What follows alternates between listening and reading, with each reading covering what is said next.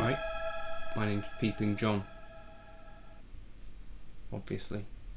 So you seem to like the last time that I showed you the settings that I'm using, and today I wanted to talk about what I think might be an amp that I've taken way long to find on the HX Stomp, and it's kind of going back to my days as like a bit of a metal player. So some of you HX, but on the Line 6 XT, I think it was, there was a model called the Line 6 Big Bottom. Misha Mansa, for example, used to use this for his early demos, and I think maybe Chimp Spanner did, if you've heard of either of those two guys. But so here we go. That intro, all of that was using the Badonk model. Badonk, I guess, is another word for bottom, and hence we get the name Line 6 Badonk. So they've slightly reimagined the amp, I think, for the Helix. And how do I... So anyway, I've got 3 snapshots here, and my first one is sort of cleanish.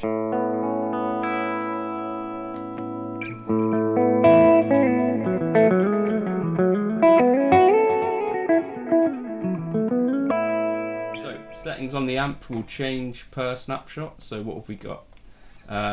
You can just copy the settings off here if you want. Otherwise, if you want, the preset will be in my drive with all my other presets. This one's called JCBadonk 2. I've been playing with the Squire Bass 6, which you might have seen in a couple of videos, and that was the preset I was using JCBadonk 1 for, and this is kind of tweaking things for a normal 6-string guitar.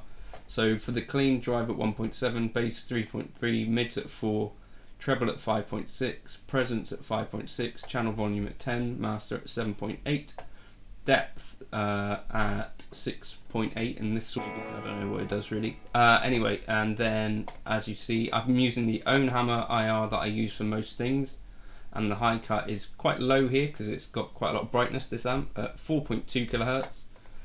Delay settings that I use generally for kind of lead tones, if you want to copy those. And I'm using the double tank reverb, which is different to usual with those settings. And at the very end, I've got this stereo width thing, which I'm trying for the kind of the first time, well, maybe second time actually, because I might have used it in the 80s preset. But I don't know if it's doing loads.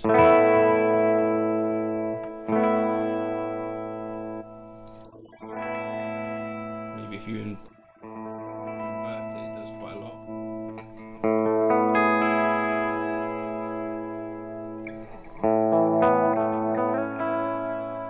But yeah, experiment with that as you want to. And then, so we'll go to a rhythm preset. So for the rhythm, obviously I'm going to turn off delay and reverb. And I experimented with having this drive pedal on and off. So I'm going to show you first with it off. Here are the settings. So drive goes way up to 9.3, mids up to 5.3, channel volume comes back to where it should be stock, 8.5, master volume is 5, and the depth comes back down to 0.5.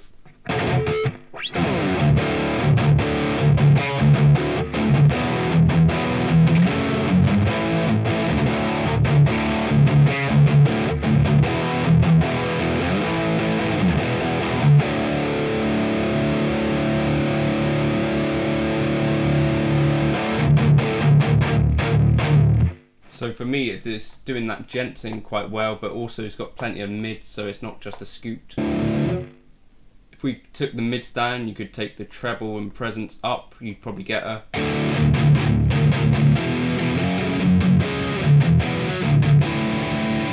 slightly different vibe going on. The high cut I've got quite low here at 3.9 kilohertz, again, because I think there's plenty of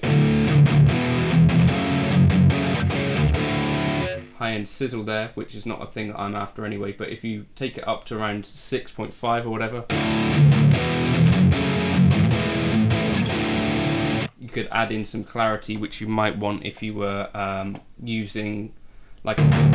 Also, you might want to consider using a more scoop tone if you're going to double track things and spread them across the stereo field. But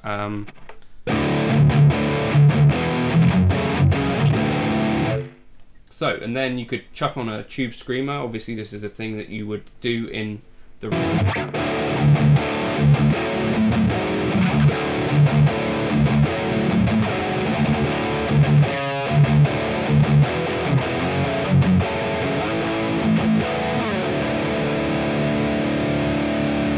and if you're using humbuckers, I'd imagine you're going to want to take the gain down a bit from where it is. And then last of all, I've got my Snapshot 2, which is my lead preset, where I've boosted the mids a bit more, taken that high cut down again and turned on the reverb and delay, and that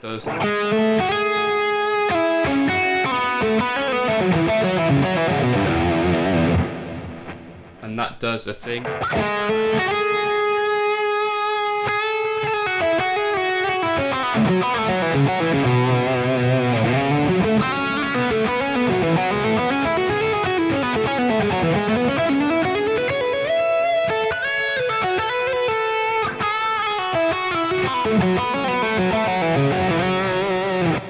So my usual kind of lead tone, to be honest.